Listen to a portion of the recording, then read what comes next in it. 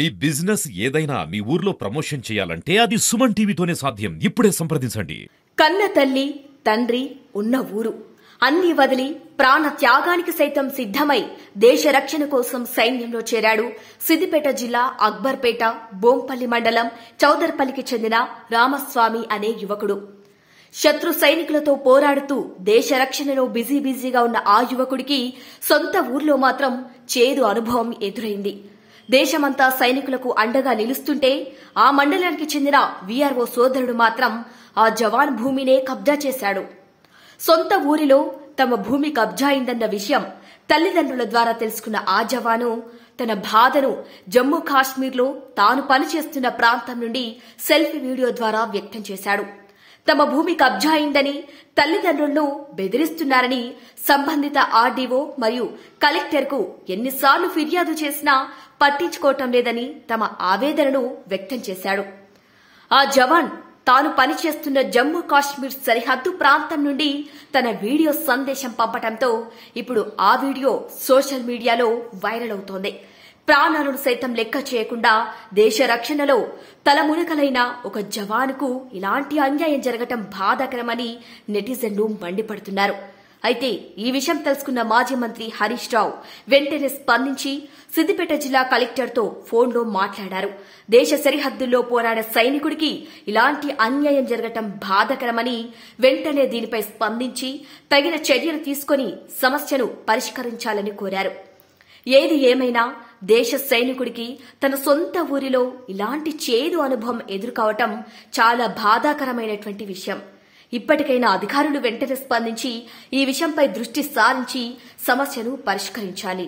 నమస్కారం. జై హింద్, జై జవాన్, జై కిసాన్. నా పేరు బి రామస్వామి.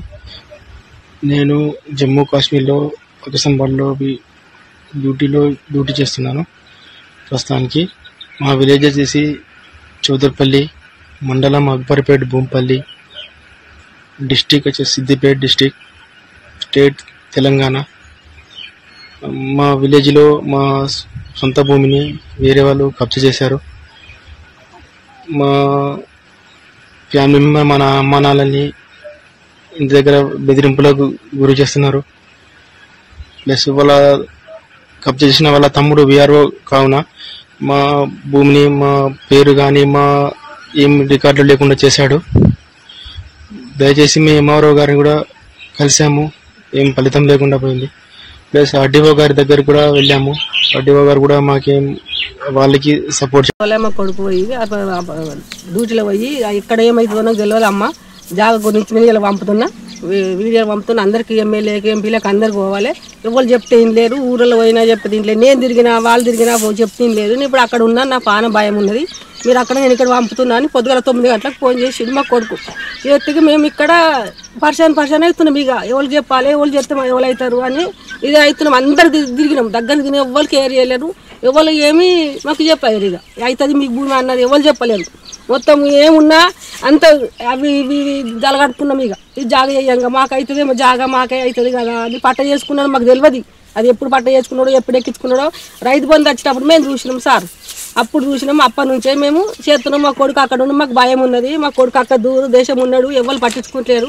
నరేంద్ర మోడీ కాడికి వెళ్ళి కూడా పంపించాలని అమ్మ అని అన్నాడు అని చెప్పింది. పొద్దున వచ్చి మాకు ఫోన్ చేసి పొద్దుగలనే చదవాలి. వాడు అక్కడ ఎడుతున్నాం, మేము ఇక్కడ ఎడుతున్నాము.